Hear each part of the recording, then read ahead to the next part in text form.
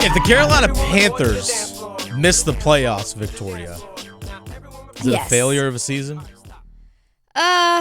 No. Well, it depends on what their record is. Are they coming close to it? Because if it's, I mean, obviously it's a total flop if, they only win 3 games the whole season. Well, yeah, that's different. Well, and it also depends if the NFC is going to be competitive, because if we're comparing it to last year, then yes, it is a failure because they almost made it in this past season, which they had, no one on the team. All the injuries and no quarterback really. So, yes, if it's not competitive, or if it is a competitive season, then that changes it. But I think they should at least be close. I think there's the conversation of, all right, well, what do you want out of this season? Yeah. Are you hoping that this season, by the way, this is the Adam Gold Show, Dennis Cox sitting in for Adam today, Victoria producing. What are your expectations? Do you want this season to be a year of, all right, we're developing for the future, right? We're developing Bryce Young. We're developing this coaching staff and how they blend together for the next 15 or next 10 years, right? Is that what is this year for the next 10? Or are you looking at it as, you know what?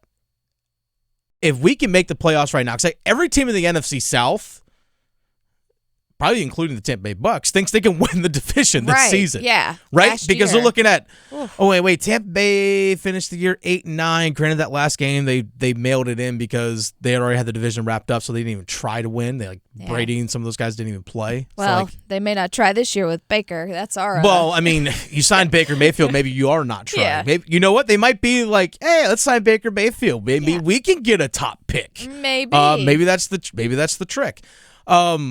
Kyle Trask, ladies and gentlemen.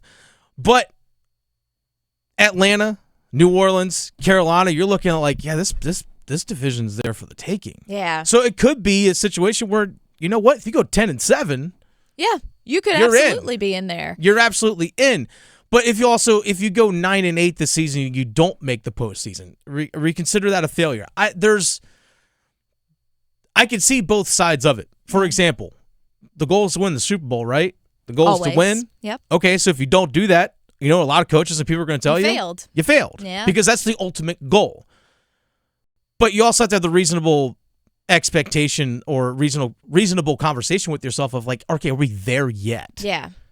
And that's you got to have a winning season before you can talk about the Super Bowl, right? Absolutely. You got to have a winning season. You got to get into the playoffs before you can talk about the Super Bowl. Okay, but so how do you get there? It's that whole process thing, right? A lot of Sixers fans out there triggered right now. But there is a process to getting there. There's a process of building your team together. I think if they don't make the playoffs this season, I wouldn't consider it a failure keyword if. As I point to the camera for those watching on WRL Sports Fan, if we see growth and development from Bryce Young, if we see this team starting to form an identity with Frank Reich as their head coach, if we start seeing those things, if we have those this season, then I would not consider this year a failure. Well, I'll say, as a diehard Panther fan, like I told you during the break, for better or worse, in sickness and in health, I'm here till death. That is all I want, is just to see progression. I want to see baby steps. I want us to see us moving in a good direction that's going to be good long-term wise. I don't need you to be the Patriots from 2007 or whatever.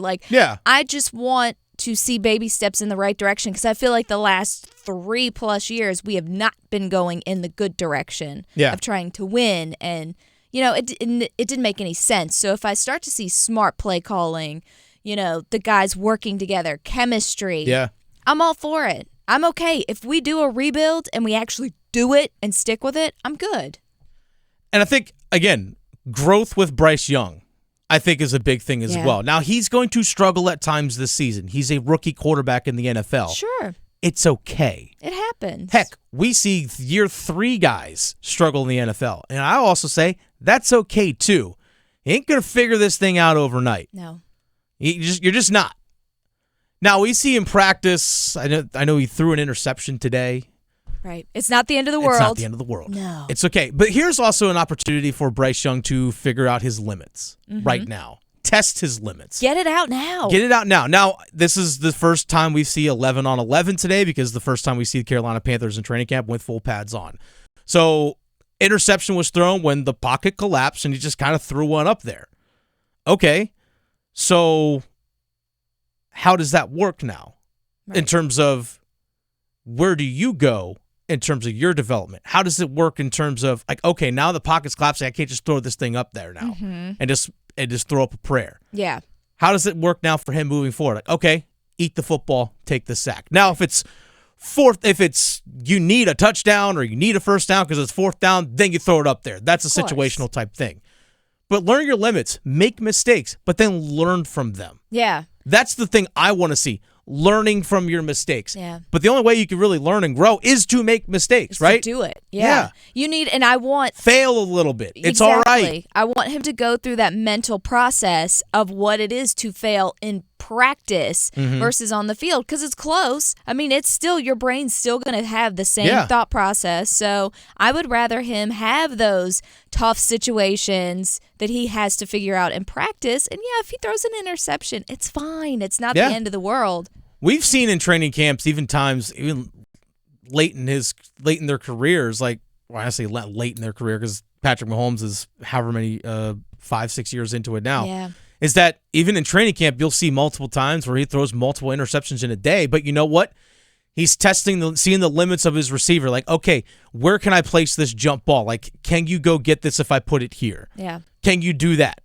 That's okay. You're learning limits. Like, okay, what are my limitations with this guy? Right. And what are my limitations for myself? That's important. It's very important because other teams are going to learn. If you keep doing what's safe and you keep doing the same routes and throwing the same distance, they're going to read you. And then the next time we see our division rival, because we're going to play them twice, they're going to know you inside and out. So you have to practice different ways and see how you can stretch things. I think it's a reasonable expectation for this season if you just want to look at like raw stat numbers for Bryce Young. If he throws for 3,500 yards, throws for 24 touchdowns, again, 17-game season, so 24 touchdowns, about 3 touchdowns every 2 games, roughly around that. And he throws like 6 interceptions this season. It's a good year. Like overall, like stat number wise, and completes, 62% of his passes. Again, I want to see growth as the season goes along. Yeah. Because sometimes those overall numbers can be skewed in the sense of, all right, when do those yards actually come? Like if you're trailing by 17, the other team's just in prevent defense just to eat clock and you get up, and you put up 80 yards in those situations in a game. Like, well, they're like, oh, he threw for 270. I'm like, yeah, but exactly, it's not quite the same. It's not like, oh, we're dominating a team. We're running up and down the field on them. So things are a little bit different. So again, stats don't always tell the story in that regard. But nonetheless, I want to see how he mentally grasps the NFL, how he adapts to the speed of the game. Now, watching the dude throw. Yeah. Oh, it's beautiful. It is. Oh, it's so pretty. It's majestic. Yes. Yes, it is. It is majestic. It is mesmerizing. The throws are tight. He puts it in the right spot. Yep. But now again, we're now seeing it 11 on 11. Now you got pressure in your face. Yeah. How do you handle it? Yep. I'm optimistic, and I think like a lot of Carolina Panthers fans, hopeful for this upcoming season. That's all we have. Hopeful, not just hopeful for this season, but hopeful for the future. Yes, that's of the my franchise. yes. So if they don't make the playoffs to wrap this up, if we see that progression as forming an identity as a franchise again, would something that was lost under Matt Rule. Let's be real. No, our identity was a joke, and so I'm glad we're not that. Exactly, it was a joke. Heck, when Steve Wilkes took over, he actually started to see an identity actually form with this franchise again. He put some respect on our name again. Yeah, well, because that keep pounding mindset, like he's 100% behind that, and I would like to see Frank Reich adopt that as well. And let's see how things shake out this upcoming season and move forward. This team is far from complete. Like there are definitely some holes, but you know what?